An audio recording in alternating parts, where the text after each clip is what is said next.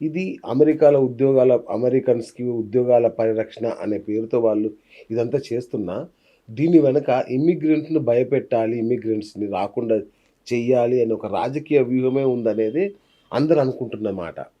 ఏమై ఉంటది సార్ ఇది? ఇప్పుడు మేక్ అమెరికా గ్రేటు లేకపోతే ఇప్పుడు మన దేశంలో కూడా మోడీ అమెరికా గారు first, country America first. First, ఇప్పుడు మన ఇండియాలో కూడా make make make in in India, India. Yes. India great అని అవును. నినాదాలతో వస్తారు కదండి.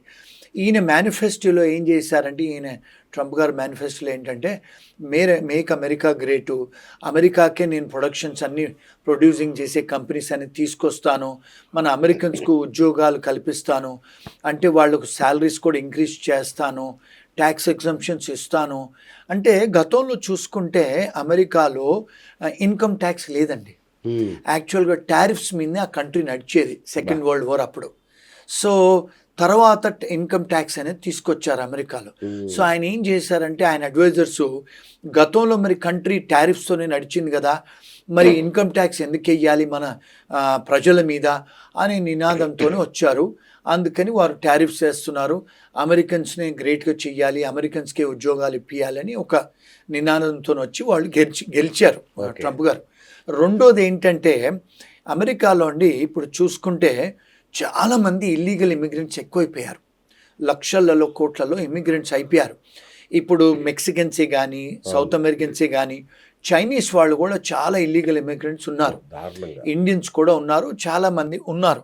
సో ఇప్పుడు వాళ్ళందరినీ కూడా టార్గెట్ చేసి, వాళ్ళందరినీ కూడా అరెస్ట్ చేసి, వాళ్ళు ఎక్స్‌పెడైటెడ్ రిమూవల్ చేస్తున్నారు. అంటే డిపోర్ట్ చేస్తున్నారు.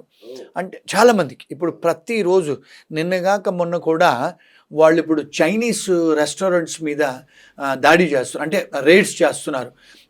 రేడ్స్ చేస్తే ఇమిగ్రేషన్ పోలీస్ వాళ్ళకి రిఫ్రిజిరేటర్లలో పాస్పోర్ట్లు దొరుకుతున్నాయి, దొంగ పాస్పోర్ట్లు, అబ్బా! దొంగ డ్రైవింగ్ లైసెన్స్లు, దొంగ ఐడి కార్డులు అన్నీ దొంగే దొరుకుతున్నాయి. మరి వాళ్ళు ఏం చేస్తున్నారంటే, ఇప్పుడు అన్ని చైనీస్ రెస్టారెంట్ల మీద రేడ్ చేస్తే అమెరికా మొత్తంలో దానికి మనీ లాండరింగ్ కూడా చేస్తున్నారు చైనీసు. మనీ లాండరింగ్ కాకుండా even drug offences, drug trafficking, drug అబ్బా! కార్టెల్స్ కూడా ఉన్నాయంట. అబ్బబ్బా! ఇప్పుడు విపరీతమైన అంటే క్రైమ్ బయటపడుతుంది. గతంలో వీళ్ళు ఏమనుకునే వాళ్ళంటే, ఈ డ్రగ్ కార్టెల్స్ అంతా కూడా సౌత్ అమెరికన్సే చేస్తున్నారు అనుకునేవాళ్ళు. కానీ ఇప్పుడు చూస్తుంటే చైనీస్ వాళ్ళు కూడా చేస్తున్నారు. అబ్బా! మరి ఇప్పుడు లీగల్ ఎన్ఫోర్స్మెంట్ ఎక్కువ అవుతుంది, వాళ్ళందరిని పట్టుకుంటున్నారు ఇప్పుడు. అంటే ఒక్క ఇండియన్స్ టార్గెట్ ఏం లేదండి అక్కడ. ఓకే. ఎందుకంటే ఇండియన్స్ కూడా కొంతమంది ఉన్నారు మన వాళ్ళు. అంటే గుజరాతీసు, పంజాబీసు, కొంతమంది తెలుగు వాళ్ళు, సౌత్ ఇండియన్స్ కూడా సార్ ఇల్లీగల్‌గా అంటే ఉన్నారు. క్రాస్ 6,00,000 ఉన్నారు. మందో ఎంతోమంది ఉన్నారు. ఉన్నారంట. అవును. ఉన్నారు. హ్మ్. సో అంటే స్టూడెంట్సే గానీ, H1B వాళ్ళని ఎందుకు తను తీసుకున్న డిసిషన్స్ ఎఫెక్ట్ అవుతున్నాయంటే, 70+% మన ఇంటర్నేషనల్ స్టూడెంట్స్ ఇండియన్సే. ఓకే. అంటే డబ్బు ఖర్చు పెట్టుకొని చదువుకోవడానికి పోయిన వాళ్ళు. అవును. తర్వాత కాస్త చైనీసు, వేరే కంట్రీస్ వాళ్ళు. మరి H1B ప్రోగ్రామర్స్ కూడా మన వాళ్ళే. ఎందుకంటే హైటెక్ ఐటీ ప్రొఫెషనల్స్ అంతా మన వాళ్ళే. 75% మన వాళ్ళు. అవును. మరి మాస్టర్స్ ఇన్ కంప్యూటర్ సైన్స్ చేస్తే మరి ఉద్యోగాలు మన వాళ్ళే కదా తీసుకునేది. రెండోది ఏంటంటే, మనం అర్థం చేసుకోవాల్సింది, మోర్ దెన్ 70% ఐటీ కంపెనీస్ మన ఇండియన్సే రన్ చేస్తారండి. హ్మ్. ఐటీ ప్రొఫెషన్స్ కూడా మోర్ దెన్ 70% మన వాళ్ళే ఉన్నారు. సో టెక్నాలజీ వర్కర్స్కి ఏదన్నా డెసిషన్ తీసుకుంటే మెజారిటీ ఎఫెక్ట్ అయ్యేది మన ఇండియన్స్కే. సో మన మీడియా వాళ్ళు, మన పాలిటీషియన్స్, మన వాళ్ళు అందరూ ఏమనుకుంటారంటే, ఇండియన్ టార్గెట్ చేస్తున్నాడా అని ఒక క్వశ్చన్. ఓకే. ఎందుకంటే ఎఫెక్ట్ మన మీద ఎక్కువ పడుతుంది కనుక. ఎగ్జాక్ట్‌లీ. ఇంకోటి మోడీకి ఆయనకి మధ్య కూడా కొంచెం చెడినట్టు కనబడుతుంది. ఒకప్పుడు మంచి ఫ్రెండ్స్ లాగా ఉండేవాళ్ళు. ఇప్పుడు కొంచెం చెడినట్టు కనబడుతుంది. ఇఫ్ అంటే ఐయామ్ నాట్ ఈయన రాంగ్. ఈయన ఏంటంటే, మా మా అధ్యక్షుల వారు, ఆయనకి ఎవరు ఫ్రెండ్స్ లేరు, ఆయనకి ఎవరు ఎనిమీస్ లేదు. ఆయన ఓవర్ నైట్ డిసిషన్ తీసుకుంటారు. ఆయనకి ఇష్టం లేకుండా ఎవరైనా ఏదైనా చేస్తే డిసిషన్ తీసేసుకుంటారు ఆయన. ఎందుకంటే ఆయన వాళ్ళ పార్టీ వాళ్ళని కూడా సంప్రదించరు ఆయన. ఎందుకంటే ఆయన మొదటి నుంచి రాజకీయవేత్త కాదు, వ్యాపారస్తుడు. ఒక కౌన్సిలర్ అయింది లేదు, ఎమ్మెల్యే అయింది లేదు, ఎంపీ అయింది లేదు. ఆయనే నేరుగా 2 సార్లు ప్రెసిడెంటే అయ్యారు ఆయన. మరి ఆ మెచ్యూరిటీ, ఆ బిజినెస్ మ్యాను, ఆయన richest man in the world కదా, ఆయనకు ఆయన లెవెల్లోనే చేస్తారు. సో రాజకీయ పరంగా అడ్వైజులు తీసుకొని, ఆయన దగ్గర ఎవరైతే అడ్వైస్ తీసుకొని డెసిషన్ తీసుకోరు వారు. సార్ ఇప్పుడు ఫెడరల్ కోర్ట్స్‌లలో చాలా వాటిలలో కేసులు పడ్డాయి గదా! ఈ $1,00,000 ఇష్యూ మీద.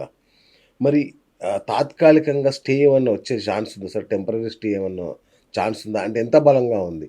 అందరూ వెయిట్ చేస్తున్నారు దానికోసం. డెఫినెట్గా వస్తుందండి. అంటే నా వ్యూ అది. సార్. ఎందుకంటే ఈ ఫ్యాక్టర్స్ జడ్జెస్ అన్ని చూస్తారు. ఓకే. అంటే రాజ్యాంగ పరంగా చేస్తున్నారా.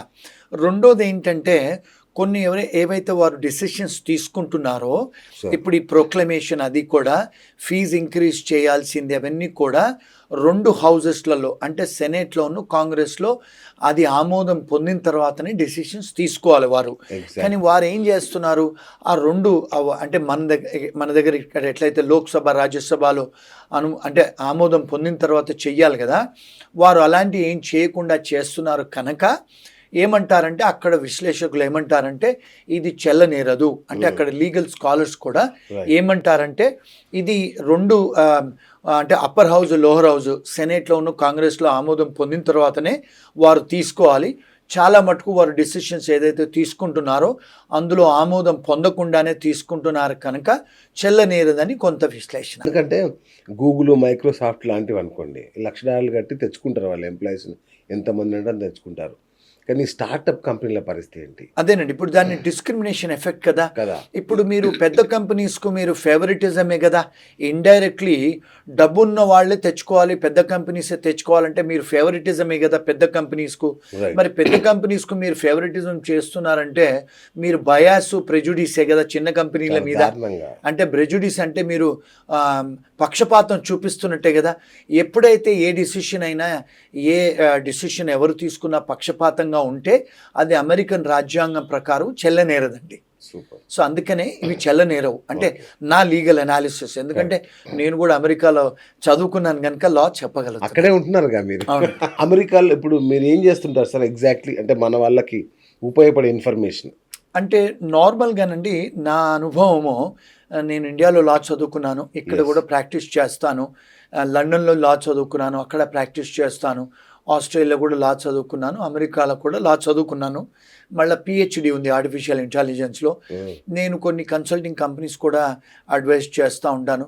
మా ఫర్మ్స్ ఏంటంటే ఎవరైతే ఎన్ఆర్ఐస్ ఉంటారో Yes. వాళ్ళకి ఏదన్నా ఇబ్బందులు కలిగితే అంటే ఇప్పుడు మ్యారేజ్ ప్రాబ్లమ్స్ అయినా లేకపోతే ఎంప్లాయ్మెంట్ ప్రాబ్లమ్స్ అయినా వీసా ప్రాబ్లమ్స్ అయినా ఏ ప్రాబ్లమ్స్ అయినా వాళ్ళకు మేము సూచనలు సలహాలు ఇస్తూ ఉంటాము. ఓకే. ఎస్పెషల్లీ తెలుగు వాళ్ళు ఫోన్ చేస్తూ ఉంటారు మాకు, ఎందుకంటే వాళ్ళకి కంఫర్టబుల్ ఫీల్ అవుతారు తెలుగులో అడిగితే అని. అవును. మేము అందరిలాగా ఏదో $500 తీసుకొని సూచనలు సలహాలు ఇవ్వము, చాలాసార్లు కూడా ఫ్రీగా ఇస్తాము. ఇచ్చి వాళ్ళకి ఏదైనా కూడా ప్రాబ్లమ్స్ హెల్ప్ చేస్తాం.